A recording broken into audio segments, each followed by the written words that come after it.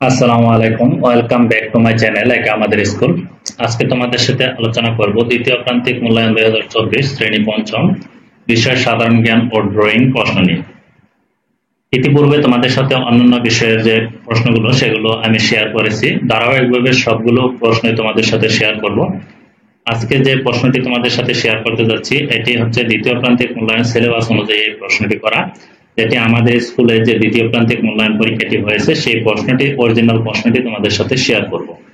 আশা করি এই প্রশ্নগুলো থেকে তোমাদের মোটামুটি অনেকগুলো প্রশ্ন কমন থাকবে, আর কারো কারো এই প্রশ্নটি সেম কমন থাকতে পারে, কিন্তু সবারই যে এই প্রশ্নটি সেম কমন থাকবে সেটা কিন্তু বলছি না। এই প্রশ্নগুলো খুবই ইম্পর্টেন্ট, গুরুত্বপূর্ণ প্রশ্ন। তোমাদের আশা করি এখান থেকে তোমাদের 50 মার্কের যে পরীক্ষাটি হবে, এখানে এই প্রশ্নের আঙ্গিকে আর কিছু প্রশ্ন যদি তোমরা পড়ো তাহলে 50 নম্বরের প্রশ্ন কিন্তু তোমাদের আনসার করা সহজ হয়ে যাবে। এই প্রশ্নগুলো একটু প্র্যাকটিস করবা এবং এই প্রশ্নগুলো একটু ভালো মনোযোগ সহকারে একটু পড়বা, তাহলে আশা করি তোমরা তোমাদের প্রশ্নগুলো আনসার করতে পারবা। এখানে দেখো, প্রথমে তোমাদের এখানে 1 ঘন্টা 30 মিনিট বা 2 ঘন্টা তোমাদের সময় দেওয়া হতে পারে, পূর্ণমান হচ্ছে 50। এখানে প্রথমে সাধারণ জ্ঞান প্রশ্ন তোমাদের 30 মার্কের থাকবে। সাধারণ জ্ঞান এখানে যে কোনো 30টি প্রশ্নের আনসার করতে হবে। তোমাদের 30টির অধিক প্রশ্ন দেওয়া থাকবে, 35, 36 অথবা তারও বেশি তোমাদের প্রশ্ন দেওয়া থাকতে পারে। এখান থেকে তোমাদের 30টি প্রশ্নের আনসার করতে হবে, প্রত্যেকটি মান হচ্ছে 1 করে, 30 থেকে 30 নাম্বার। এখানে দেখো প্রথম যে প্রশ্নটি, বাংলাদেশের শহীদ বুদ্ধিজীবী দিবস কত তারিখে? 2 নম্বর প্রশ্ন হচ্ছে বাংলাদেশের সাংবিধানিক নাম কি? বাংলাদেশের 4টি বিভাগের নাম লেখো। বাংলাদেশের সবচেয়ে বড় মুদ্রা কত টাকা? বাংলাদেশের রাষ্ট্রপতির বাসভবনের নাম কি? বাংলাদেশের প্রধানমন্ত্রীর সরকারি বাসভবনের নাম কি? এরপর হচ্ছে বাংলাদেশের প্রধান খনিজ সম্পদ কি? বাংলাদেশের সবচেয়ে বড় গ্যাস ক্ষেত্র কোনটি? বাংলাদেশের সবচেয়ে বড় বিলের নাম কি? এরপর হচ্ছে বাংলাদেশের সবচেয়ে বড় বদ্বীপ কোনটি? বাংলাদেশের কোন উপজাতি সবচেয়ে বেশি? আদিবাসীরা সবচেয়ে বেশি বাস করে কোন কোন জেলায়? কোন কোন মাস নিয়ে হেমন্ত ঋতু? আমাদের জাতীয় সঙ্গীতের রচয়িতা কে? গারো পাহাড় কোন জেলায় অবস্থিত? এরপর হচ্ছে কক্সবাজার সমুদ্র সৈকতের দৈর্ঘ্য কত? বাংলাদেশের প্রাচীনতম স্থান কোনটি? শঙ্কর বিহার কোন জেলায় অবস্থিত? লালবাগ কেল্লা কোথায় অবস্থিত? পৃথিবীর বৃহত্তম মহাদেশ কোনটি? পৃথিবীর বৃহত্তম মহাসাগর কোনটি? জাতীয় পতাকার দৈর্ঘ্য ও প্রস্থের অনুপাত কত? আমি আরেকটি তোমাদের সাজেশনও দিয়ে দিব, যেখানে প্রশ্ন এবং উত্তর দুটোটাই আছে।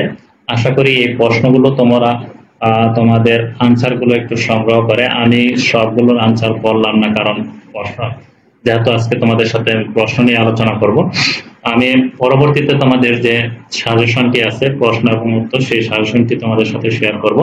সেই সাজেশনটি তোমরা প্লেলিস্ট থেকে অথবা তোমাদের যে ভিডিওর যে এই ভিডিওর আই বাটন থেকে তোমরা দেখে নিতে পারবা, সমস্যা নেই। আর যাদের এই প্রশ্নগুলোর যে পিডিএফ ফাইলের প্রয়োজন তারা অবশ্যই আমাকে কমেন্টে বলবা, তোমাদেরকে আমি পিডিএফ ফাইলগুলো দিয়ে দেবো। আর ভিডিওটি ভালো লাগলে অবশ্যই একটি লাইক দেবা, কারণ তোমাদের প্রত্যেকটা ভিডিওর পিছনে আমাদের অনেক পরিশ্রম করতে হয়। তোমরা যদি লাইক না দাও তাহলে আমরা মনে করি যে আমাদের ভিডিওগুলো বানানো ব্যর্থতা, আর যদি লাইক দাও তাহলে আমরা মনে করি যে আমাদের ভিডিওগুলো বানানো সফল হয়েছে আর তোমাদের উপকারে আসছে, এটা আমরা মনে করি, এবং তোমাদের জন্য ভিডিও বানানোর আগ্রহটা আমাদের বেড়ে যায়। এরপর দেখার যে প্রশ্ন সেটি হচ্ছে কোন ফলে সবচেয়ে বেশি ভিটামিন সি পাওয়া যায়?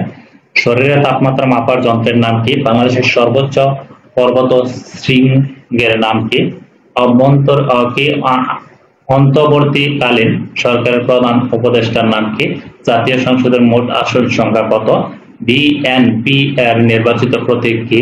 বাংলাদেশের আওয়ামী লীগের নির্বাচিত প্রতীক কি? বাংলাদেশের জামাতে ইসলামের নির্বাচিত প্রতীক কি? বাংলাদেশের সবচেয়ে বড় সড়ক সেতুর নাম কি? বাংলাদেশের মুদ্রার নাম কি? শহীদ বুদ্ধিজীবী দিবস কত তারিখ?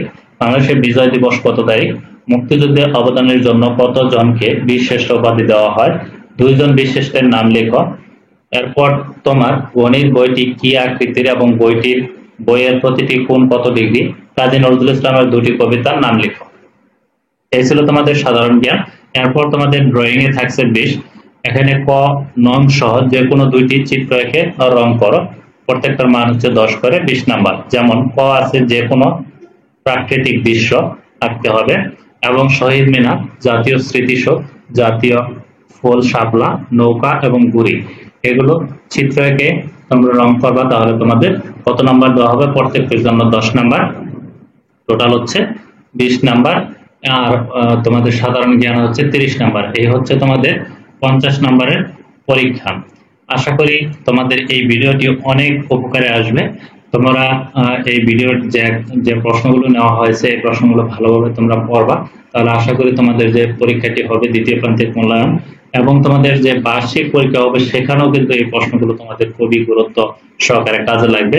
আশা করি ভিডিওটি ভালো লাগলে অবশ্যই একটি লাইক দিবা এবং তোমাদের বন্ধুদের সাথে শেয়ার করবা, তারাও যেন এই ভিডিওটি দেখে উপকৃত হয়।